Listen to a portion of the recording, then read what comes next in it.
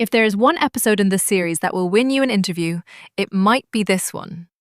Because I'm about to tell you something that sounds like heresy. Exactly once delivery, the holy grail everyone asks for, does not exist. Not the way people think it does. Stick with me, because understanding why is what separates the pros from everyone else. Let's build up to it. Start with delivery guarantees. There are 3, and only 3.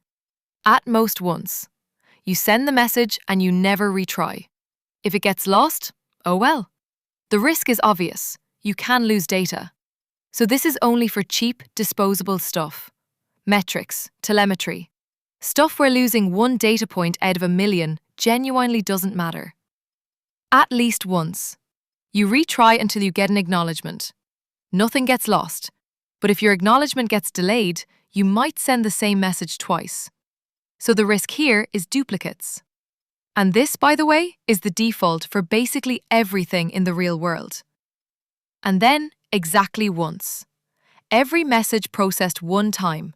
No loss, no duplicates. The dream. Here's the uncomfortable truth. At the level of the network, you physically cannot guarantee a message is delivered once and only once. It's a famous problem in computer science, the two generals problem. Imagine you send a message and then your connection dies before the acknowledgement comes back. Did the other side get it or not? You have no way to know. So you either retry and risk a duplicate, or you don't and risk a loss. There is no third option. There is no magic.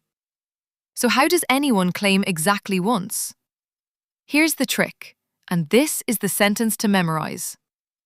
Exactly once is not a delivery property.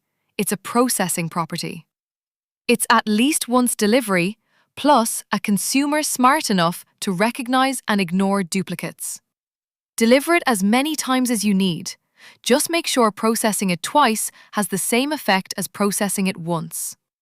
Which brings us to the most important word in this whole series: idempotency. An operation is idempotent if doing it multiple times gives the same result as doing it once. Because you're going to get duplicates, that's a promise, not a maybe. Your consumers must be idempotent, full stop. Let me make it concrete. Say a payment message arrives. The naive code says, balance minus equals the amount. Subtract $100. Simple. But if that message gets delivered twice, you just charge the customer $200. That's a very bad day. The idempotent version says, first, check if we've already processed this exact payment using its unique ID. If we have, do nothing and move on. If we haven't, subtract the amount and record that we've now handled this ID.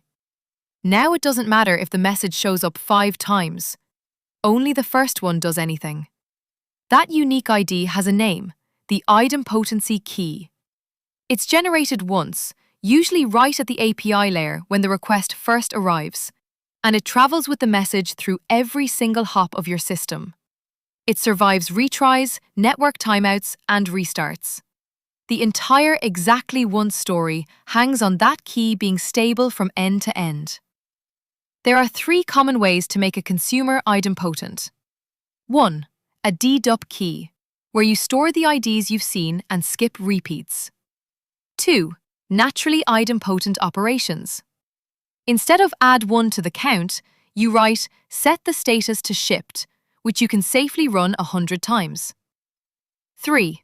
Conditional writes, where you only apply the change if the record is at the version you expect. Okay, now, ordering. Real quick, but important.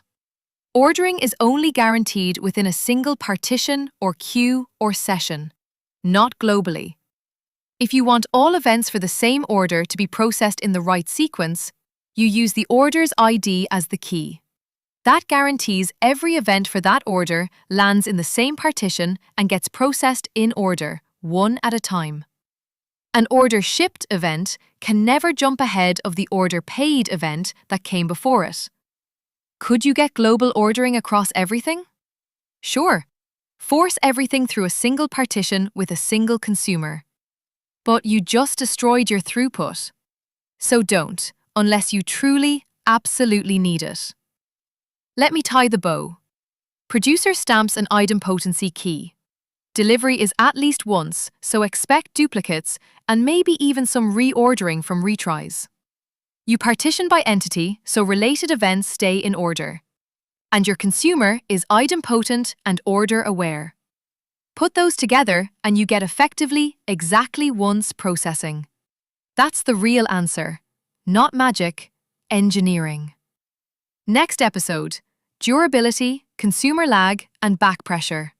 The three things that decide whether your pipeline stays healthy or quietly falls apart. Don't miss it.